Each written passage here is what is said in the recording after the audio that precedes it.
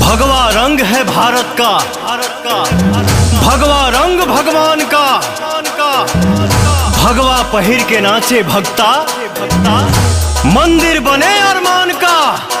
बोलो जय श्री राम।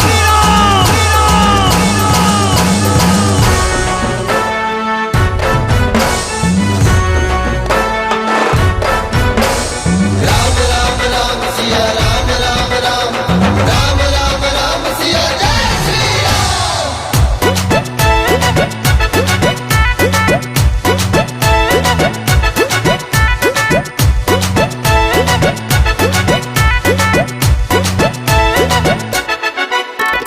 राम के नाम का झंडा,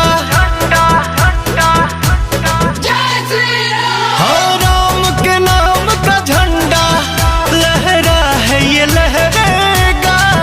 हाँ राम के नाम का झंडा लहरा है ये लहरेगा।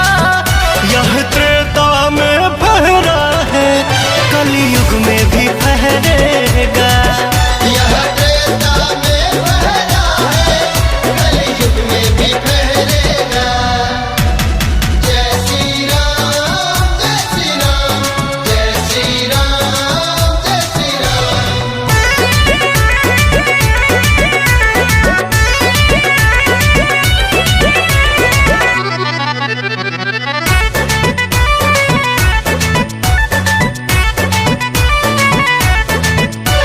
हिंदुस्तान की धरती क्यों नहीं जय श्री राम कहेगी। राम नाम नहीं मिटने वाला जब तक सृष्टि रहेगी। हम धर्म सनातन वाले हैं, हम धर्म सनातन वाले हैं। हमने पाया वरदान है, हर माँ के दिल में सीता है, हर सीने में प्रभु श्री राम है।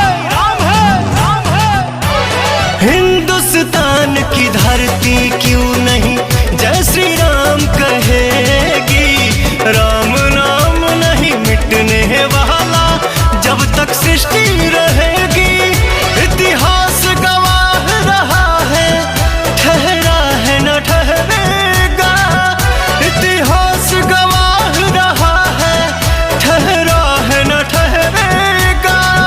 यह त्रेता में फहरा है, कलयुग में भी फहरेगा। यह त्रेता में फहरा है, कलयुग में भी फहरेगा।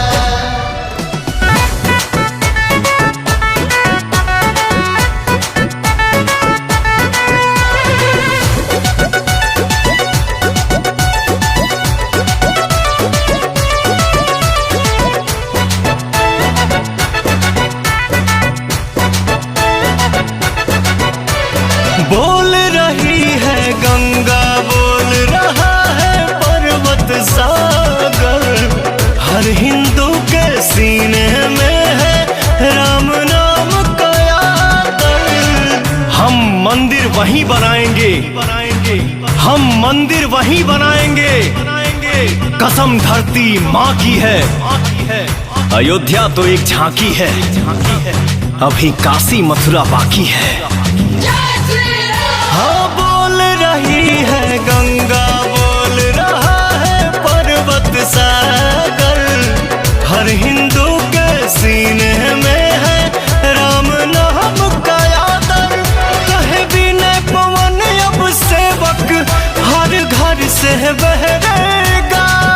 कहे पुतुल दीपक अब सेवक हर घर से बहरेगा। यह त्रेता में फहरा है, कलयुग में भी फहरेगा।